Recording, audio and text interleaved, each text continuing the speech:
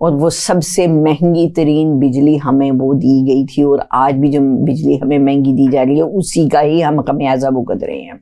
اور اگر اسی طرح اسی کا اس کا خمیازہ بھگتنے کے بعد ابھی آنے والی جو ہے، یہ چاہے وہ نواز شریف ہے، چاہے وہ بلاول ہے، یا IPP والوں نے بھی کہا ہے، یہ استحکام پاکستان پارٹی جو ہے، انہوں نے بھی کہا جی کہ 300 یونٹ ہم فری دیں گے. بھائی کیسے دیں گے؟ کسی نے پوچھا ہے ان سے کہ وہ کس طریقے سے دیں گے؟ کیا ان کے پاس ایجنڈا ہے؟ کیا انہوں نے ریفارمز کی ہیں؟ اس کا پروگرام انہوں نے کیسے بنایا ہے؟ کیا وہ ہائیڈرل کے پروجیکٹس لگائیں گے؟ کیا وہ کیسے فری دیں گے؟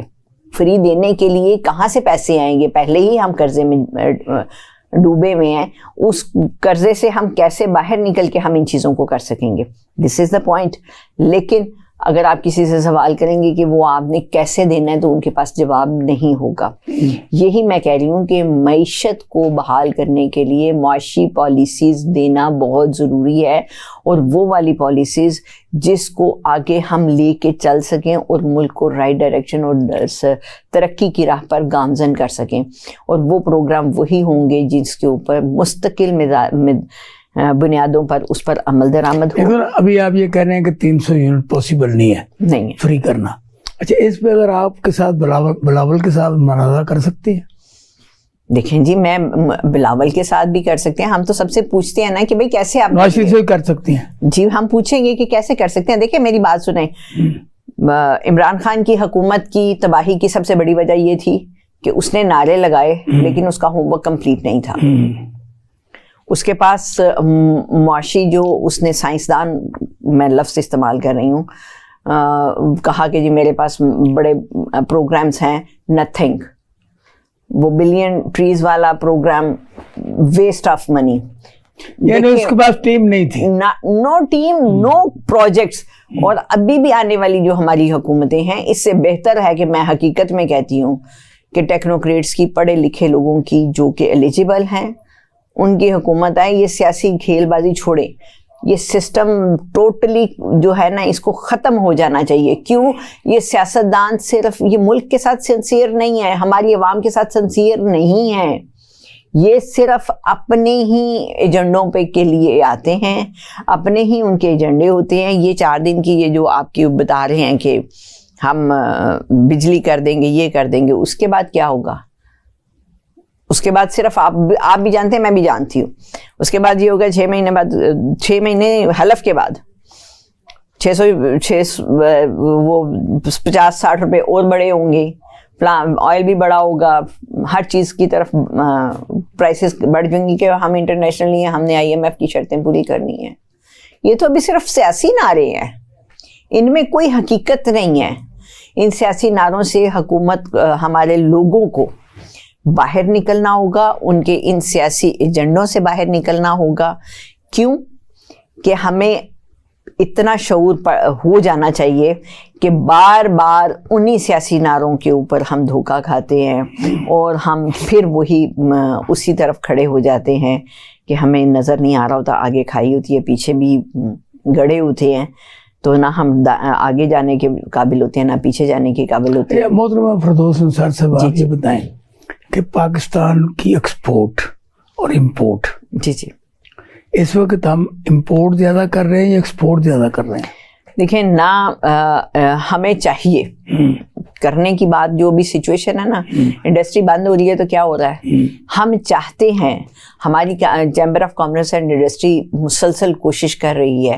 ابھی بھی لاسٹ ویک میں ابھی IT کا بھی ہوا، اس سے پہلے ہم نے ڈیلیگیشنز آئے ہوئے تھے، ہم نے ایکسپو سینٹر میں ایکسپو لگائی ہوئی تھی، اور مختلف ڈیلیگیشنز کو ہم نے فرینڈلی انوائرمنٹ دیا کہ آئیں ہمارے پاس، ہمارے ساتھ آگے انویسٹمنٹ کریں. یہ میڈ ان پاکستان جو تھی؟ جی میڈ ان پاکستان. اچھا، تو چاہ تو رہے ہیں، اور کچھ ادارے جو ہمارے آرمی کے ادارے ہیں، ہمارے دوسرے ادارے ہیں، وہ چاہ رہے ہیں، لیکن اس میں سیاستدانوں نے اہم کردار ادا کرنا ہے اگر ان لوگوں نے آنا ہے تو، اور ان کے آنے سے ہی یہ چیزیں درست ہوں گی. لیکن جس وقت یہ لوگ آتے ہیں تو یہ اپنا سوری ٹو سے جو ایک کلچر ہے جو کہ کمیشنز اور یہ وہ، اس کو جتنی دیر تک ختم نہیں کیا جائے گا، ہم تو چیمبر تو کہہ رہے کہ اس سال کو ایمرجنسی ایکسپورٹ کا سال قرار دیا جائے تاکہ ہم اپنی ایکسپورٹ کو بڑھائیں, ہماری انڈسٹری فرینڈلی انوائرمنٹ بنے گی. نہیں تو جب بجلی نہیں ہے, پانی نہیں ہے, گیس نہیں ہے, تو آپ ایکسپورٹ کیسے بڑھا سکتے ہیں؟ دیکھیں جی, پالیسیز جب بنائی جاتی ہیں نا تو کچھ سخت ڈیسیجنز لیے جاتے ہیں. ان سخت ڈیسیجنز کے اوپر جب ملک کو کہا جاتا ہے کہ کوئی بھی حکومت آ جائے اس پالیسی کے اوپر امپلیمنٹ ہر صورت ہوگا, تو ہی ہم آگے صحیح جا سکیں گے. اور اگر ہم آج میں نے پالیسی بنائی ہے تو ہر بندہ کہتا ہے کہ جی یہ 6 مہینے بعد یا سال بعد یہ تو ان کی حکومت نہیں رہے گی, یہ پالیسی نہیں ہوگی, اور ہم خود بھی اس کشمکش میں رہتے ہیں. یہ تو ابھی جلدی جلدی کر لیں, پتہ نہیں اگلی آنے والی پھر اس پالیسی کو کنٹینیو کرتی ہے کہ نہیں کرتی. اچھا نہیں فردوس صاحب آپ یہ بتائیں, ایک میں آپ کو بات بتاؤں, جیسے نوجوان پروگرام, روزگار پروگرام, یہ ڈفرینٹ پروگرامز اسٹیٹ بینک نے بھی دیے, عمران خان کی حکومت میں بھی آئے, سب کچھ آئے. صحت کارڈ آیا, صحت کارڈ آج کہاں ہے؟ کہیں پہ نہیں ہے. نہیں روکنا چاہیے تھا, ان چیزوں کو نہیں کرنا چاہیے تھا. جوان پروگرام کو آپ جوان کو سپورٹ کر رہے ہیں, اس کو نہیں روکنا چاہیے تھا. اس پہ نوجوان بڑے پر امید ہو گئے تھے کہ بھائی ہم یہ اپنے, انہوں نے تو بھوک مٹاؤ اور دسترخوان بند کر دیا. دیکھیں جی دسترخوان, میں یہ ایک مختلف ٹاپک ہے. دسترخوان میں میں آپ کو, ٹھیک ہے غریب کو بھوکے کو کھانا کھلانا چاہیے, لیکن ہمیں بیگرز نہیں بنانے چاہیے. ہمیں اسکلڈ لیبر تیار کرنی چاہیے. ہمیں ان میں یہ شعور دینا چاہیے کہ آپ کام کریں اور روزی روٹی سے کمائیں. یہ والا کام جو ہے نا, ہم نبی صلی اللہ علیہ وآلہ وسلم نے بھی کہا ضرور بھوکے کو کھانا کھلائیں, لیکن جو انتہائی ضرورت مند ہے.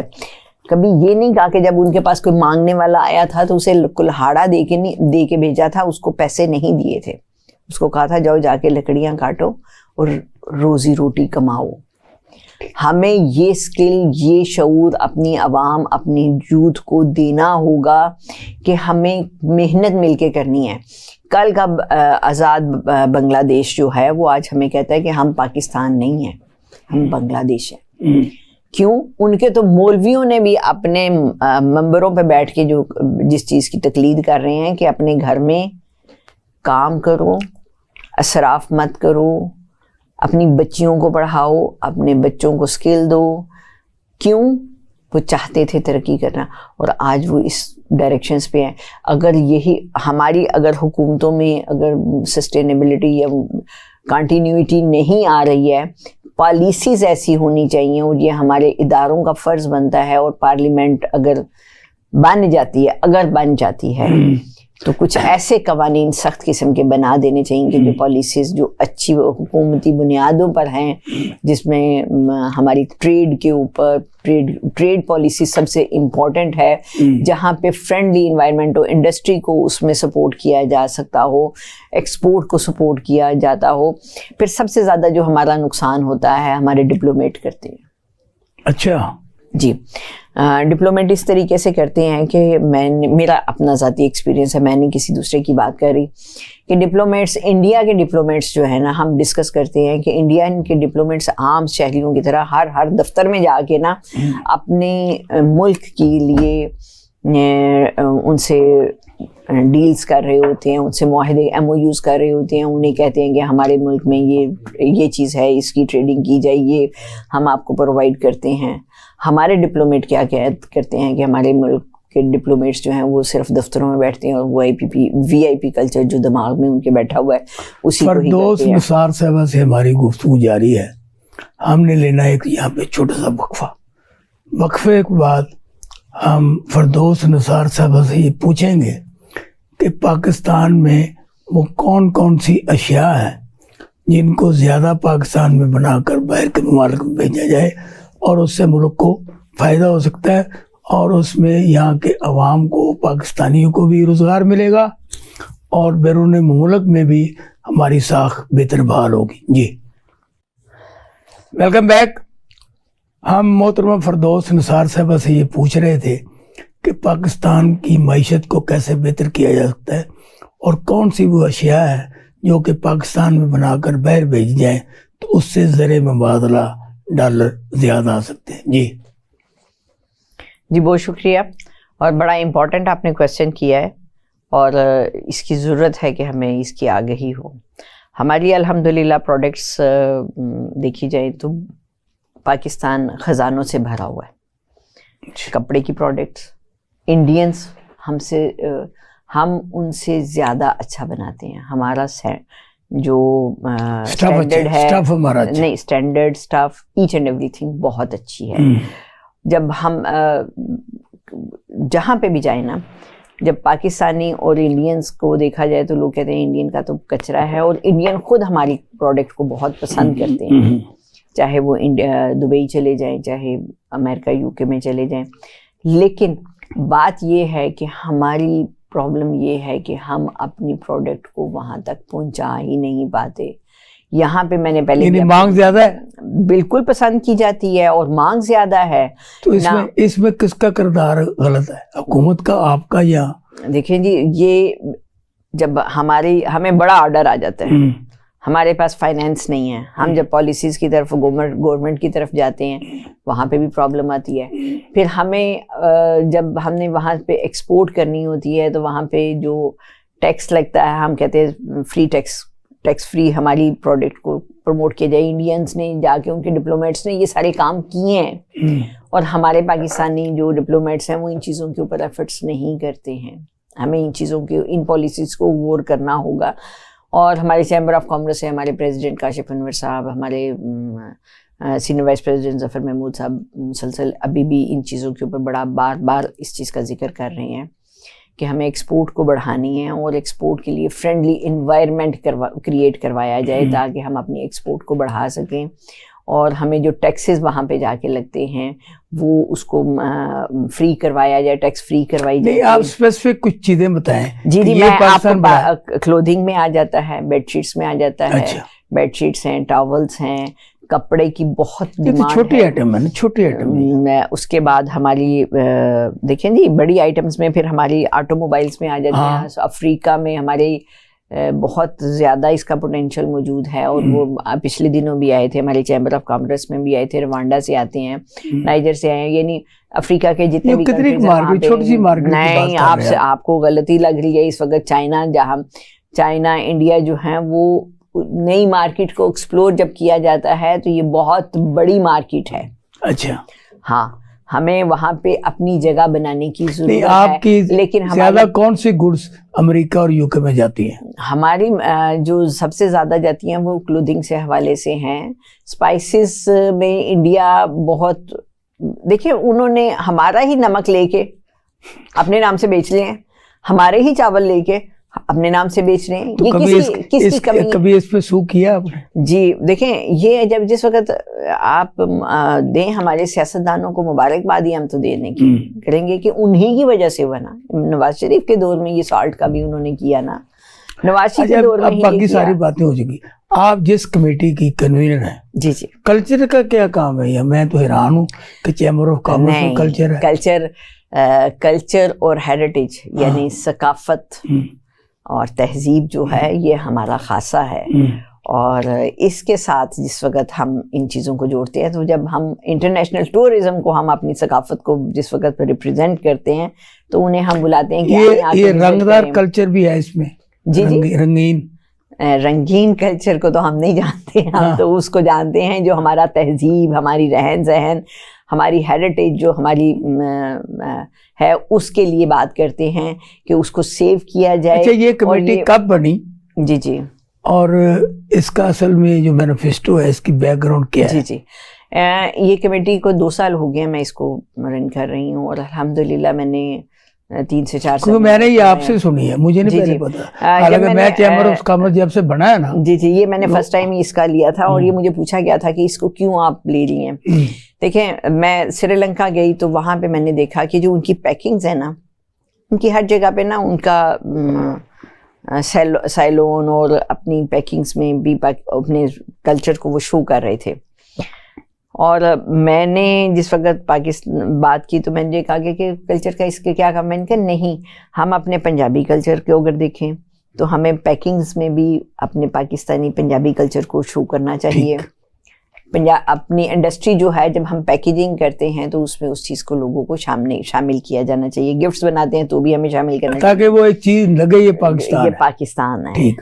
پاکستانی کلچر میں پاکستانی پکچرز بھی ہو سکتی ہیں, کچھ مختلف ہے ہمارے لوگوز جو بھی ہیں. اس کے ساتھ ٹورزم جو ہے اس سے بہت پرموٹ ہوتا ہے, اور ہمارا بڑا رچ کلچر ہے, رچ ہیریٹیج ہے, اور جس میں موہنجو داڑو ہے اور 4000 سال پرانی ثقافت ہمارے پاس موجود ہے, لیکن ہم اس کو سیو نہیں کر رہے ہیں. ملیشیا, انڈونیشیا, انڈیا, سکھ جو ہے کمیونٹی, وہ مختلف جو ہیں لوگ ہیں. یہ تمام کاموں کو کرنے کے لیے جی کوئی چیمبر آف کامرس کی طرف سے آپ کو فنڈ بھی دیے جاتے ہیں؟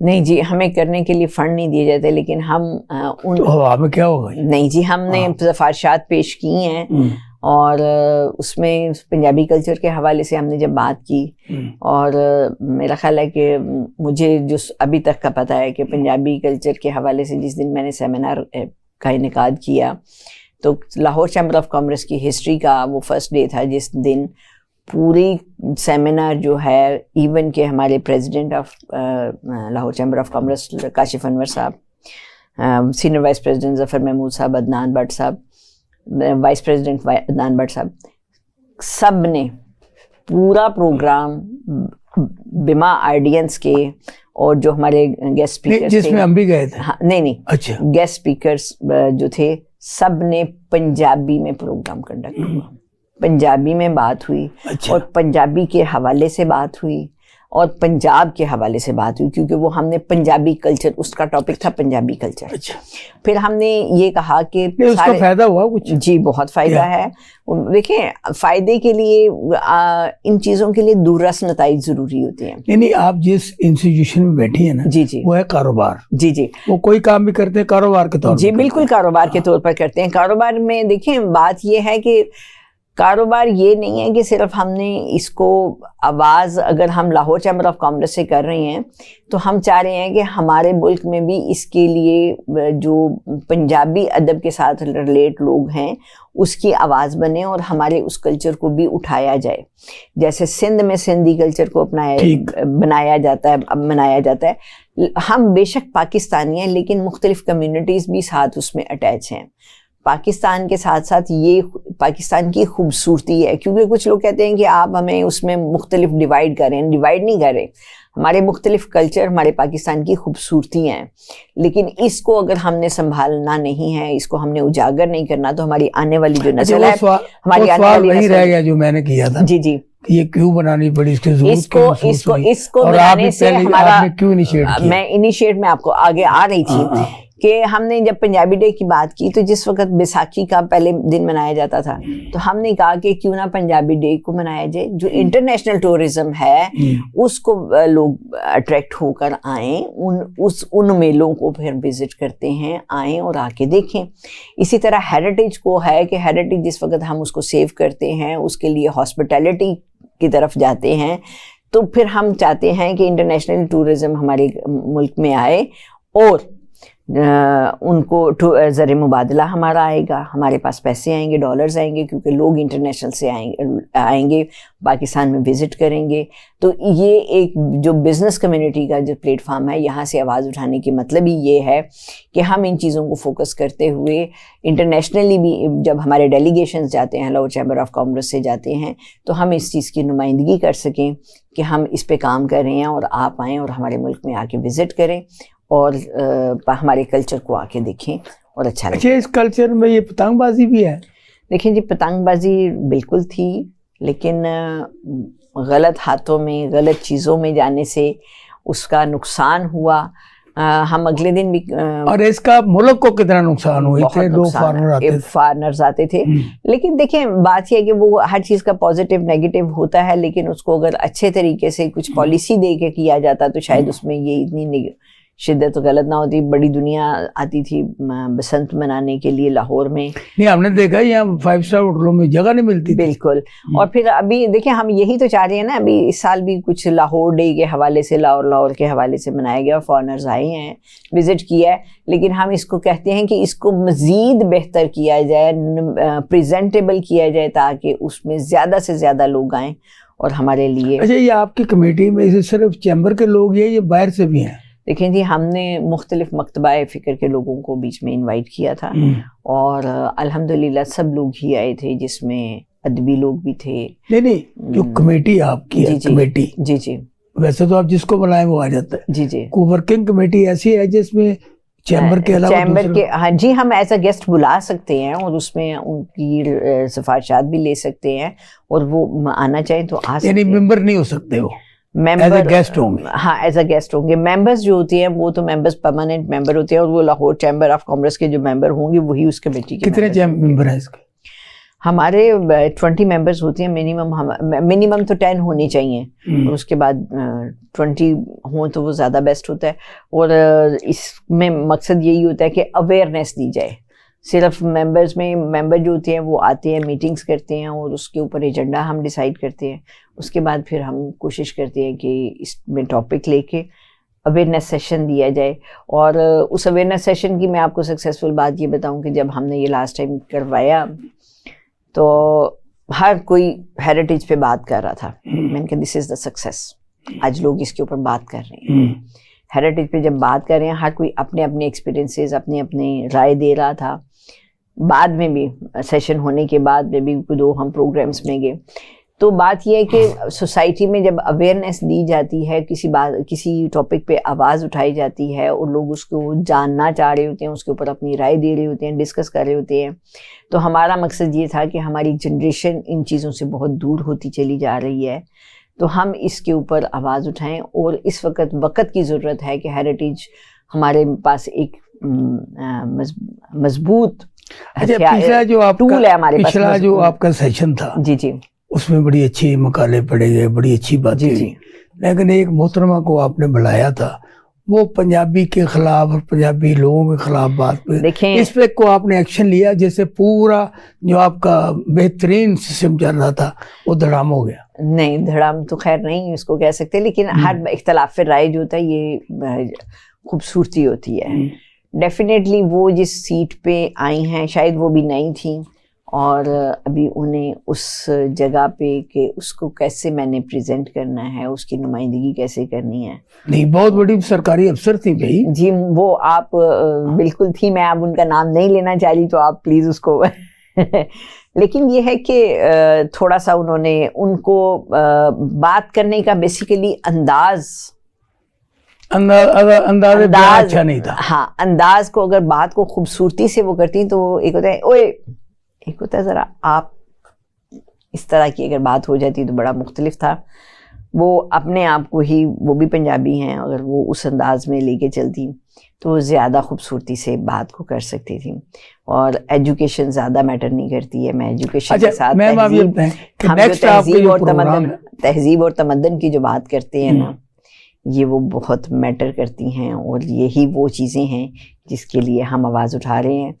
تعلیم کے ساتھ تربیت اور تربیت ہمیں کیا سکھاتی ہے وہ ہمارا جو معاشرہ سوسائٹی جو تہذیب ہے نا وہی بتاتی ہے کہ تربیت کیسے ہونی چاہیے. اچھا مجھے یہ بتائیں کہ آپ سال میں کتنے سیشن کرتی ہیں؟ سال میں اور کیا یہ لاہور میں کرتی ہیں یہ کسی کلچر ہے نا جیسے پورے پنجاب کا کلچر ہے پاکستان کا کلچر ہے؟ جی میں کل صرف لاہور چیمبر میں نہیں میں کلچرل کمیٹی کی ممبرز بھی ہوں اور میں مختلف سیشنز اویئرنیس سیشنز کے ساتھ ساتھ پروگرامز بھی کرتی ہوں.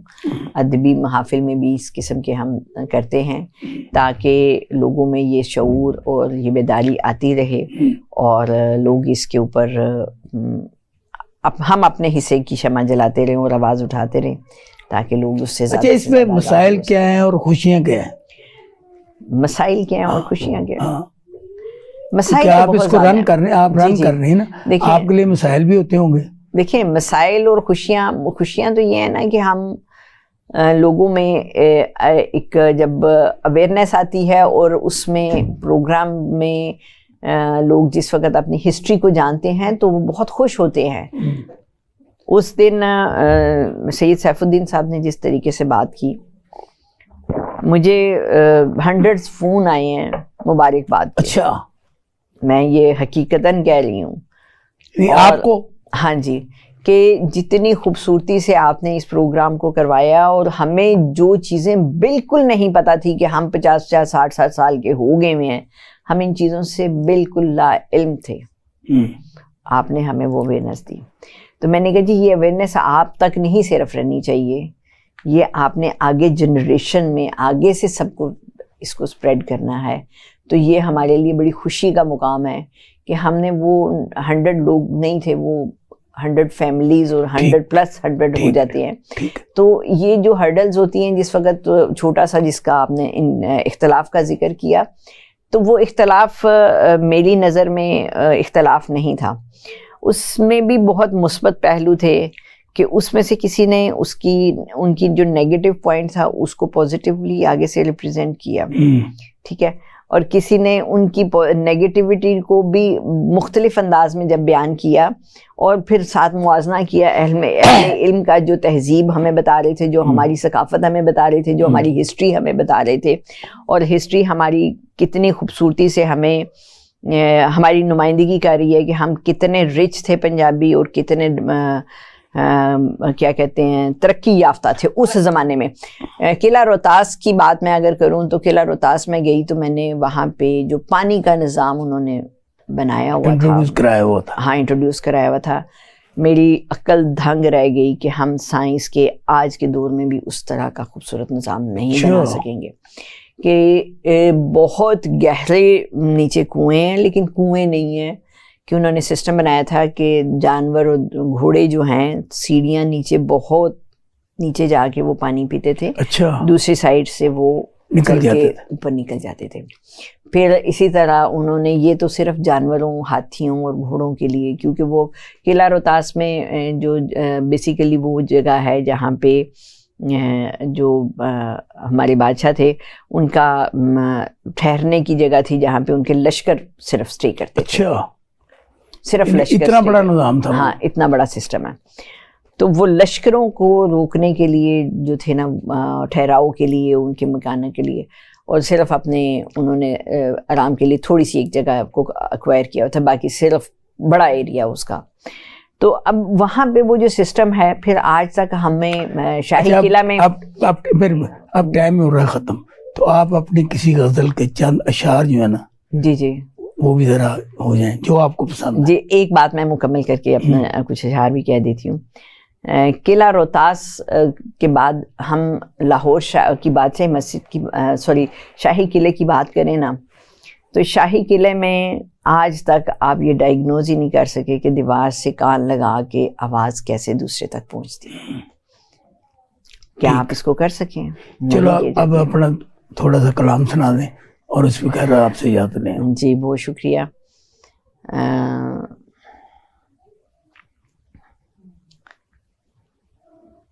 سحر ایک طرف شام رکھوں، وفا کا ذرا سوچ کر نام رکھوں، غمِ زندگی ہے غمِ جانے جاں ہے، بتا اے جگر میں کسے تام رکھوں.